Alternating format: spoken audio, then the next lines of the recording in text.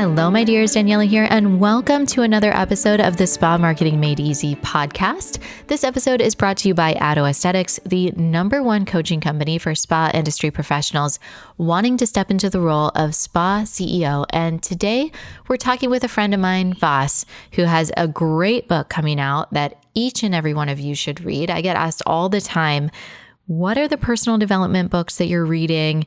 And I like to mix it up between business books, personal development, and then obviously some good fiction. I love a good historical fiction. And I read Vas's book, and it's just, she's got such an incredible story. And we scratched the surface in the interview, but she goes deeper into the book, and she just is so resilient. And that's something that I really, really admire. So I don't want to give too much away. I'm going to do just a quick read of her bio, and then we'll jump right into the interview. So Vasavi Kumar is often described as the queen of saying it out loud. A first-generation Indian immigrant raised on Long Island, New York, Vasavi has relentlessly searched to find her own voice, access the freedom of her creative spirit, and help others along the way out loud. When she was diagnosed with bipolar disorder at the age of 19, she made it her life's purpose to understand how her mind works, starting with making the room to hear herself think. Her mission is to share everything, the good, the bad, and the ugly, in order to normalize being human. Again, it's a wonderful book. It's a wonderful interview. And Vas is just a wonderful, wonderful human being. I hope you love her as much as I do. Now let's go ahead and play that interview. All right, Vas, welcome to the Spa Marketing Made Easy podcast. So I don't even know where this is going to go. Yeah. I never know where it's going to go with you, but it's always fun. Yeah, thank you. I try. Let's just start with, you walked in here today, and the first thing that you said, besides that my dress was branded to your book. Yes. Because that was intentional. Yes. You said, I'm in such a good place right now. Tell me about that. I shared with you that I was feeling really good about how I'm feeling right now, okay? And I started off by sharing, I had a really good money month. And it's not necessarily because I brought in a certain amount of money that makes me feel good. When I was sharing that with you, it was like, man, I feel really good, and all the external is starting to match. That was my point, right? And I led with how much money I made this month because I shared with you in another interaction that we had that I'd been struggling with money. Like last year was a little difficult for me with money coming in.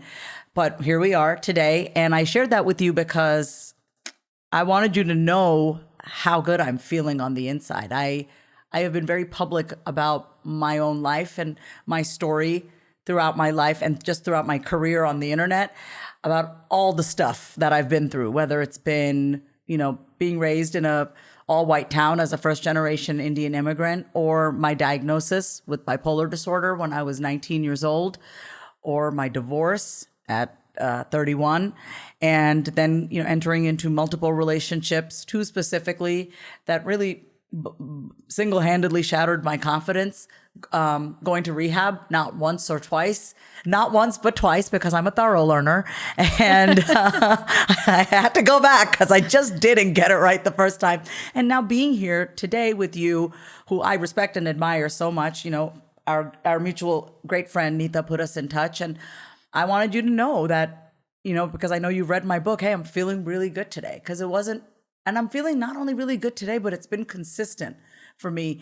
And I want to share that. I wanted to share that with you because it hasn't always been that way. And I believe that it's my responsibility to share out loud how I'm really feeling, because all I want in this lifetime is to have deep, connected, vulnerable, intimate relationships with people. My word of the year, my phrase of the year is radical honesty. And I believe that when other women and people in general, but because so many of the people that I work with are women, when they share what's truly going on, they share the experiences that they've had, it's freeing. And when you can sit here on a public podcast and say, what, I was having financial struggles, or I went to rehab, or I got divorced, or insert whatever thing, everybody has something. It connects us in a different way.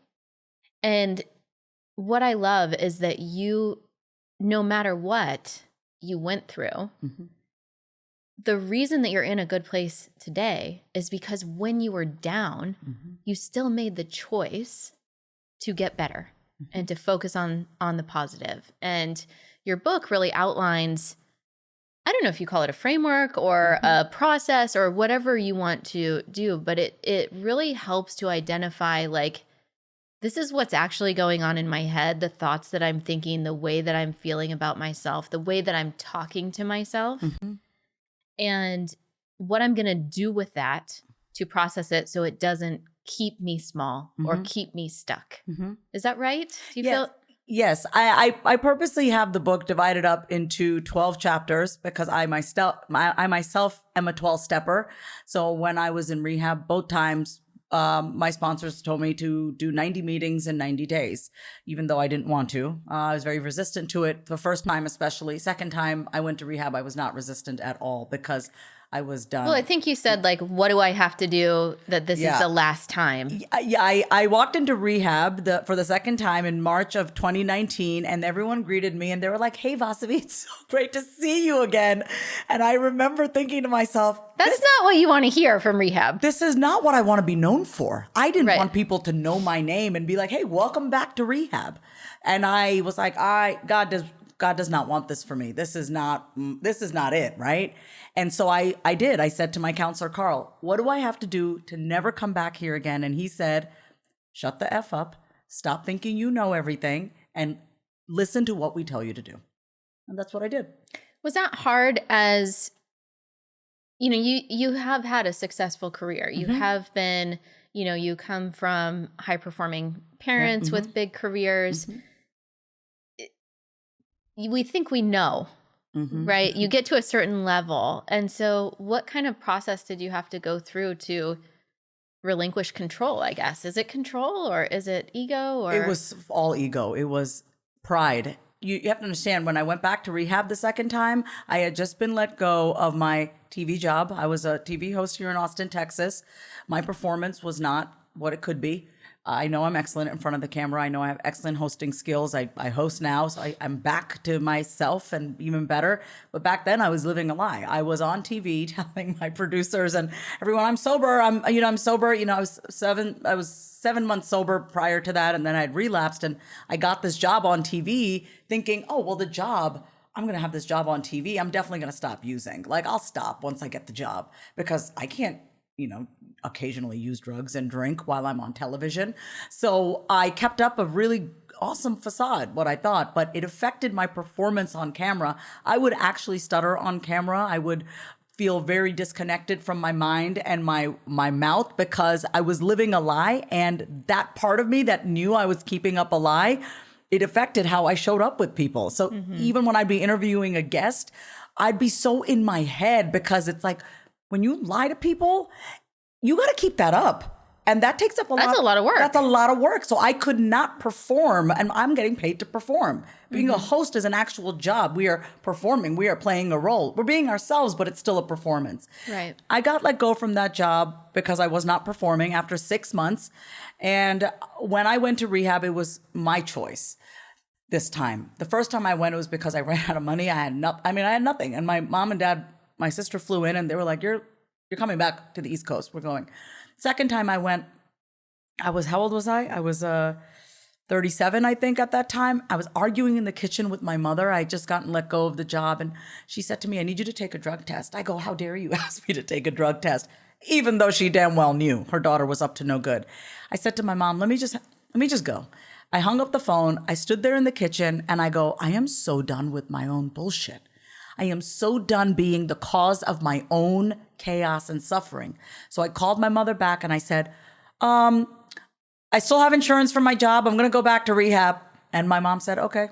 And that was it. She didn't make me feel small. She didn't say, I knew you're lying. I chose in that moment to stop the chaos. So when I went to rehab and I asked my counselor, what do I do to never have to come back here again? I was ready to let go. I mean, I was ready to let go of what I thought I knew like, oh, I have it all together. No, you don't, Vas. You're back in rehab. You don't know what the heck you're doing. So I was definitely more ready the second time than the first. The thing that I was 1000% committed to the second time was I will never let another human being or a substance or work or money take the place of God for me. I made it a resolve that God comes first. My relationship with my higher power, my higher self, me comes first. Everything else follows from there. So that's what I committed to. Has religion and spirituality been a constant in your life, or was that something that came in when you were at this rock bottom place? I'm very, very blessed and very grateful to say I was raised in a Hindu Brahmin household. We are while the caste system has a lot of it has bad reputation because it's a socioeconomic class system that we have in India. However, I was raised in a Brahmin household. Brahmins are the top caste. All my ancestors were priests. And so we're like the equivalent of Orthodox Jews. Brahmins we're very Orthodox. We're very, everything we don't eat meat. Women, when they have their periods, don't go into the kitchen.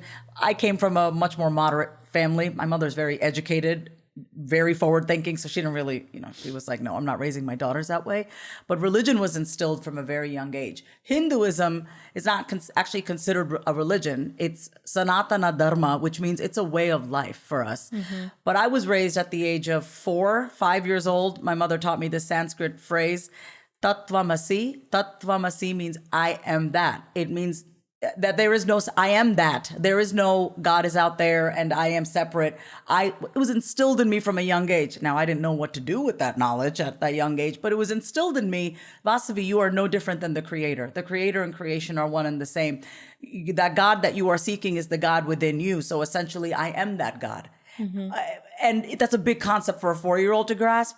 But my mom and dad, I had a father who was very ritualistic. He prayed every single morning after he got out of the shower. And he was a good man. He wasn't one of those people that prayed and then he was a good man. He still is a good man. So I saw that. I saw a lot of discipline from my father spiritually, religiously. And I saw how kind my parents were to other people, the poor especially, when we'd go to India. So yes, religion and spirituality was a huge part of my life. I mean, we spent the weekends praying every Hindu holiday. We were there at the temple. Well, I feel like in India, like spirituality is such just a part of the culture. Devotion. Yeah. Devotion. I say when you go to India, half our population's living on the street, but they're happy. You see a happiness that you just do not see here. And I truly believe that is because of a devotion that people have, that even though you may not materialistically have all the things, yes, basic needs are not taken care of. When you have that devotion to something bigger than yourself, it helps you get through the day. I noticed that about you when we went to lunch the first time. You said, I'm going to pray before we eat. And I thought, oh, what a beautiful thing. Yeah. When people, I was like, should I do my, Yeah. whatever. But it's when people have, devotion is a great word. They're living their life. And I think that we live now where some people are very comfortable with their religion or spirituality, but there's so much divisiveness or, like this can, whether, I'm thinking about politics and abortion or, all this stuff that can really divide people. And so I feel like a lot of people kind of keep their faith to themselves.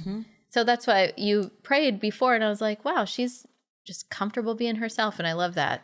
I don't think that, I think it's beautiful if we can all pause before we eat just to say thanks, because there are people who do not have the luxury of being able to go to a great restaurant and have a beautiful meal with a brand new friend that they've met and they're about to eat this great meal. So I've been devoted to a lot of the wrong things in my life. I've been devoted to drugs. I've been devoted to men that didn't love me back. I've been devoted to gossip and chaos. I like being devoted to things that fill me up. And I think there's nothing, I don't feel weird sharing that. It's just a pause. We're just pausing and saying thank you. I think it's beautiful. I know. Yeah. Yeah. I think it's a really beautiful thing.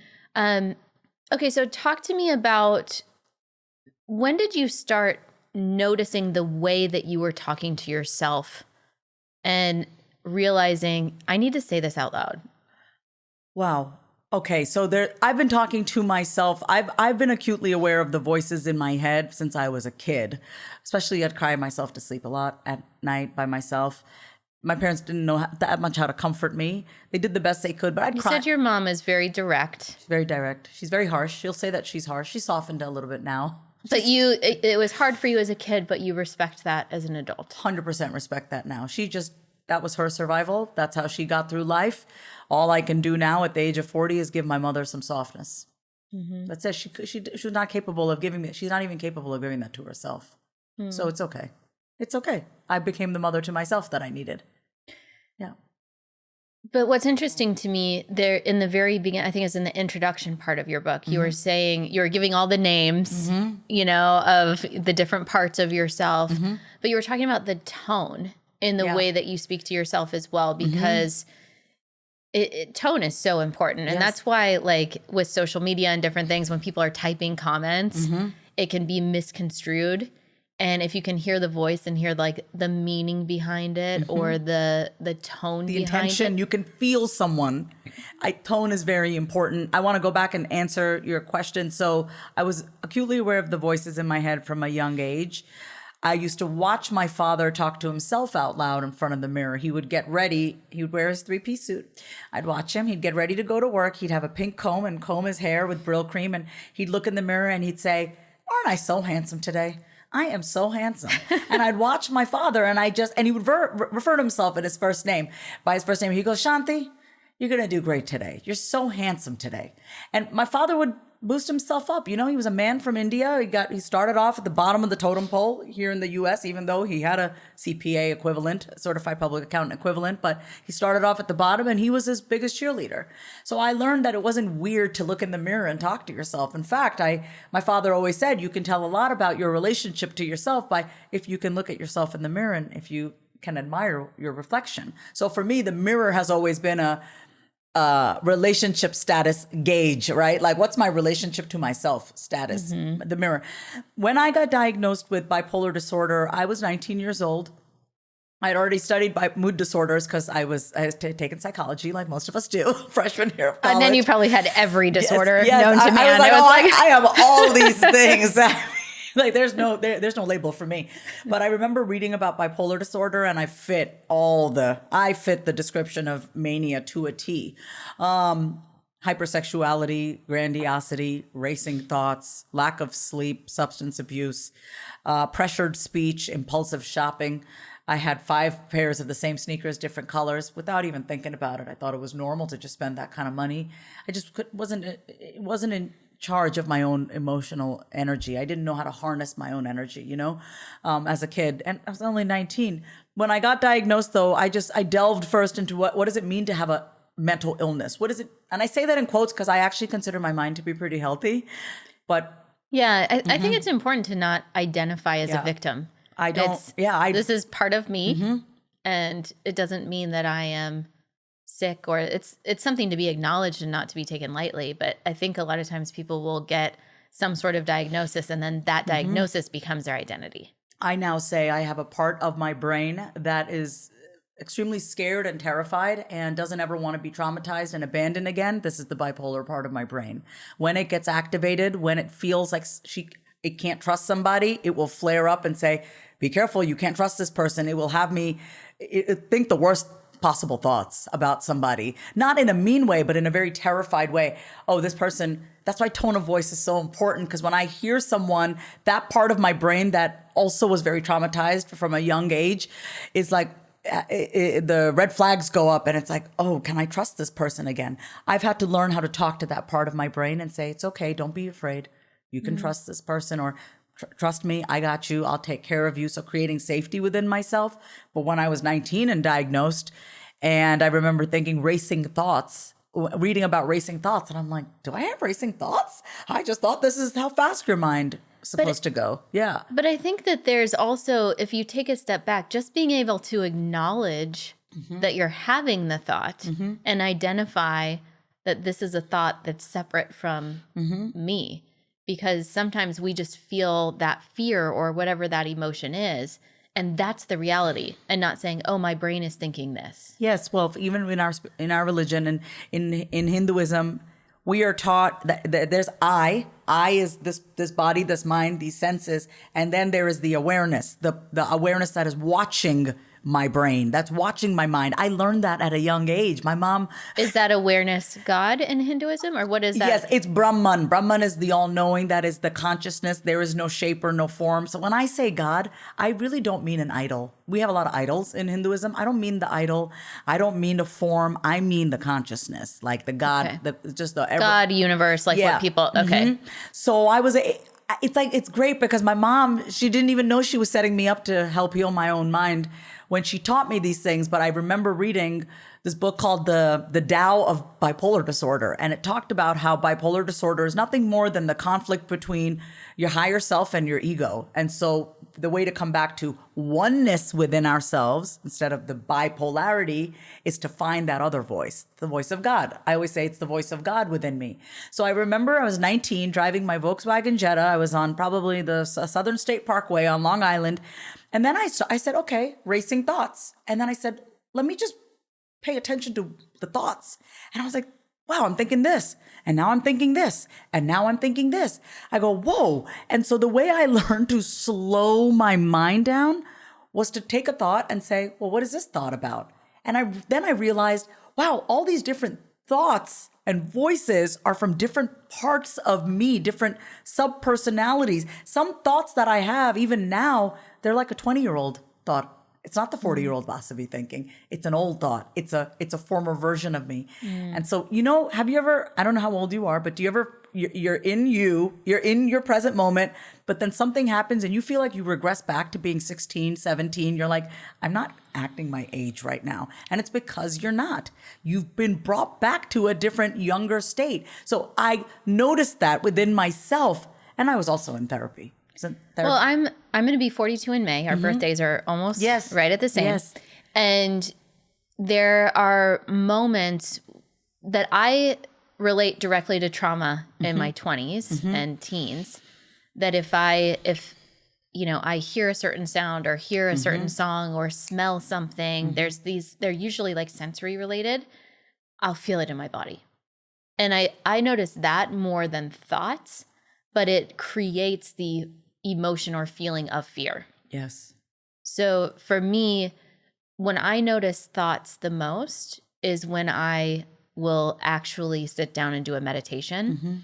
I just sitting down and trying to meditate, I've had challenges with, but when I listen to like a guided meditation that's telling me to breathe or whatever it's doing, I can get more clear. And I understand that awareness versus thoughts type of thing. And it's like, wait, I was being present and now I'm having 15 other thoughts. Yes. And I think we all just want to be present with one another, right? So by being able to understand, observe, prompt yourself and respond back. I mean, essentially what I'm asking my reader to do is I not only want you to ask yourself a question out loud, I want you to respond back out loud. I want you to dialogue with yourself because it's not just you and you, it's you and another part of you. It's the voice of God and maybe a very terrified part of you. It's the mother in you nurturing the 4-year-old that has been scared. We have access to different energies in us.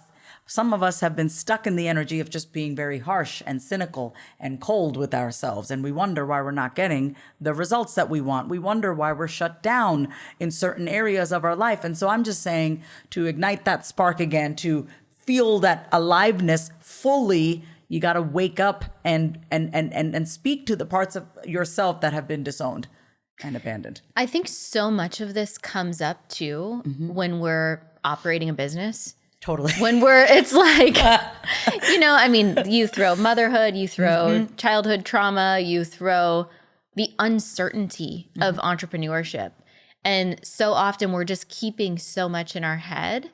And that's why when we'll do like coaching calls or different things, it's almost like so often the students have their own answer. They know what it is. It's us as the coach guiding them and asking questions to get them to say those things out loud. And they'll have a release and maybe they'll cry and whatever that thing is. But it's truly like getting it out of here processes it. It's the sound of our own voice.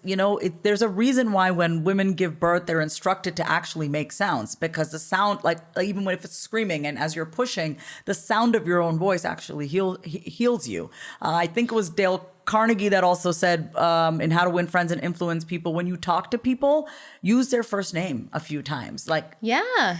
And that's why even in the book, it catches your attention. It catches your attention and it separates you from your feelings. Here's what I mean. In my book, I say you can talk to yourself in terms of I, you, and your first name. Okay, so I'm feeling sad feels very different in my body than Vasavi's feeling sad right now. Mm-hmm. I'm feeling sad makes me identify with the emotion, and that's totally okay. We need to identify with it so we can feel it. We do need to feel it. We do need to process it. So yes, I, Vasavi, this human in flesh, is feeling this emotion. But when I say Vasavi's feeling sad, then I can have a dialogue of like, well, what does Vasavi need when she's sad? I can separate myself and just transcend that ego viewpoint. I want to rise above the pain so I can actually be a source of power to myself. But you got to feel the pain. This is not an excuse to bypass and just talk your way through it. I need you to actually feel your feelings and help yourself. It's interesting because I'm thinking about my son who's 2 and he always refers to himself as Luca. I love that. That's normal, actually.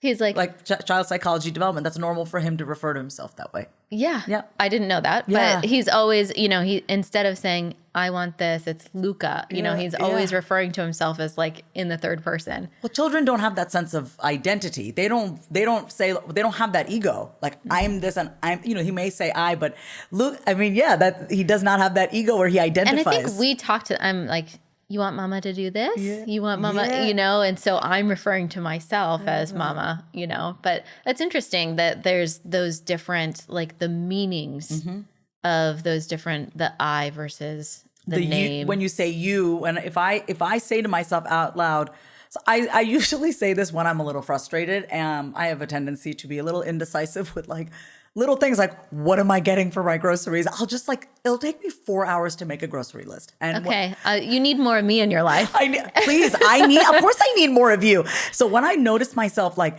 indecisive, I will say out loud, what are you trying to do right now, Vasavi? And I just girl, make a grocery list. Get your grocery list. And I'm like, all right, snap out of it. I just what does Vasavi want for dinner?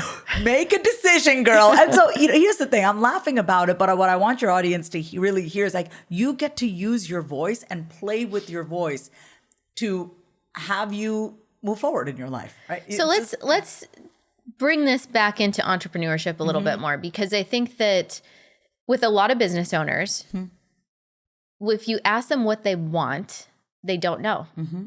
They know what they don't want. Yeah. But if I said, what does Daniela want in business? Or where do I want this company to go?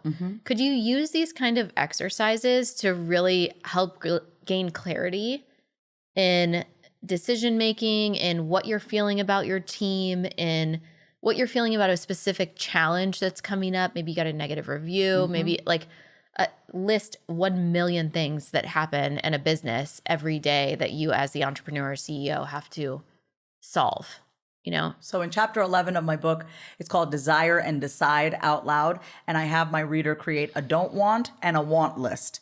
I know it feels a little counterintuitive. Like, why are we focusing on what we don't want? Because oftentimes as entrepreneurs, we have a million ideas. We want everything. And we want it yesterday. We want it yesterday. And pausing and instant gratification. Pausing is something that I'm working on. Pacing myself in this season is what I'm working on with everything. So anyway, in the book, I suggest that people write a don't want list. Just what do you not want in your life? Okay. We don't need a long story of all the reasons why. We don't have to analyze the heck out of it. What do you not want in your life? I don't want a 9-to-5 job. I don't want to be wearing all the hats in my business. I don't want to be spending all my time on social media engaging. Whatever it is for you, right? I don't want to work with one-on-one clients. I want to do one-to-many. I want my spa to, run without me a few days a week. I'm trying to talk to your audience here. Think about it in your business, what you don't want. Okay. And then you ask yourself, what do I want? And this is what's difficult for people, because especially as women, we feel the need to over-explain our desires. And in my book, I say, please just keep it so short. So in one of the examples is, I don't want a 9-to-5 job. Great. What do you want? I want to be able to make money doing what I love that doesn't require me to have to talk to people all the time. Like what that's you're like, what is it? You know, Feel free to copy that one. No, and it's in my book, and I keep the examples simple because I want people to not overthink their desires. Don't overthink. Or I think also what you were alluding to or what you were saying is also not having to justify them. Yeah, the over-explaining piece. The over-explaining piece is like, well, I want this because, well, you know, in my childhood, blah, blah, blah, blah, blah. And it's like, also, you're allowed to want things simply because they feel good, right? Like, I want to wear this pink sweater today because it just makes me feel really good when I wear it. Makes you happy. It makes me happy. Isn't that enough? Isn't that enough of a reason to want to do something? This lights me up. This sparks me. This brings me a lot of peace. I feel a lot of value doing this. I feel great doing this. I feel in my purpose doing this. Then do it. I was having a conversation with Christine Hassler. You know, so she and I were talking, and I said, no is a complete sentence. And she said, and so is thank you. And I thought that was so beautiful because if she was giving the example of if someone compliments your sweater, oh, thank you, I got it on sale. Yeah. Or like downplaying. Yeah. But really owning that and being okay with our wants and desires, I think is really important. And just receiving it, right? Because if we can't receive a compliment from somebody, we always feel like we have to give it back or we have to downplay it just a little bit. You don't think you're going to do the same thing with your desires? You're going to downplay your desires a little bit? I've been really clear on my desires, and they feel really bold to say out loud. I mean, I was watching this Indian woman who hosted the pre-Oscars, Lily Singh. Love her. She's amazing. She's amazing. She does sketch comedy. She's a YouTube star. I mean, she's Indian, so that also feels really good to watch. And I was like, I want to do that. I want to be the host of a huge show. And I allowed myself to say that and feel it. I never used to do that before. I never used to allow myself to really be lit up by something and say it out loud because I felt, who am I to have the audacity to say that? Yeah. Like, who am I to think that I could have that? You know, and that's really what I want to push people to say out loud. It's like removing the word just. I talk about that a lot is don't say I'm just an esthetician. You know, because there's so much more that's in every single person of what they're capable of. And I personally believe that if you have that desire in your heart, you are capable of achieving it. That is something that your creator, your whatever, the way that you were made, if you desire that and it's a true desire, you are capable of achieving it.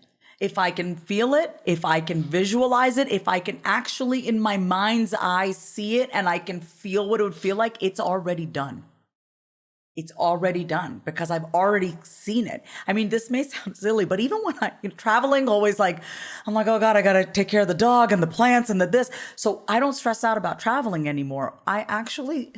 like a week before I travel, I'll lay there and I'll run through my mental list of all the things I got to do. I'll visualize myself getting up at 4 a.m. for a flight, making the coffee, doing this. It's already done in my mind's eye. And then by the time I got to go travel, I'm just executing. But you can do this with anything in your life. But I think it's important that you said, I'm just executing. Yes. Because it's very important. And Matt and I were talking about this, where you can't just put something on your vision board and think that it's going to be there. No. There has to be the forward action. Motion. Yes, that is the important piece. That's the missing piece, I think, that a lot of people don't talk about. It's like you visualize it and it's done. Well, the planning process is done. You still have to get out of bed at 4 a.m. You still have to push brew on the coffee button. You know, you still, all of that. It's just, you know the plan. And you're not worried about it. Yeah. Once you already see it in your mind's eye, once you already feel it, and you're like, oh, this is going to be great, then you don't need to have worry energy inside of you. You can just do what you got to do. So visualizing yourself with $1 million spa. Yeah. Visualizing yourself with a team that supports you, understanding specifically what your needs are to create that business. And from there, that will allow you to understand what you need to do to execute to be able to get there. Right, because when you allow yourself to visualize and say it out loud and be honest with yourself and another human being, a coach or a mentor, you will become acutely aware of the gap. There is a gap. I mean, and there's nothing to be ashamed of. I had a huge gap when I got into rehab. There was a huge gap between where But there always is a gap between where you are and where you want to be. And it's like, I think our school system, I think our society has robbed us of the fun of growing out loud and the journey. And it's for me, and I shared this with you, I don't really know if I'm having a huge book launch party for my book. I don't know all the things. I said to you, I'm really just enjoying who I'm becoming in this process. And we're going to have cupcakes.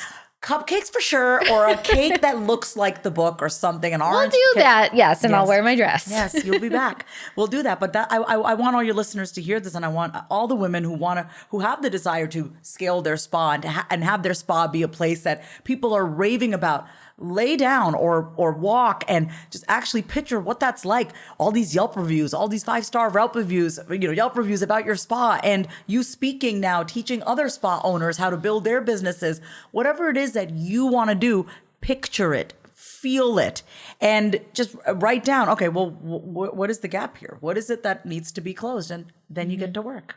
I love that. Yeah. I love that. Yeah. Okay, so for our listeners, we obviously want them to get the book. Mm-hmm. Thank you.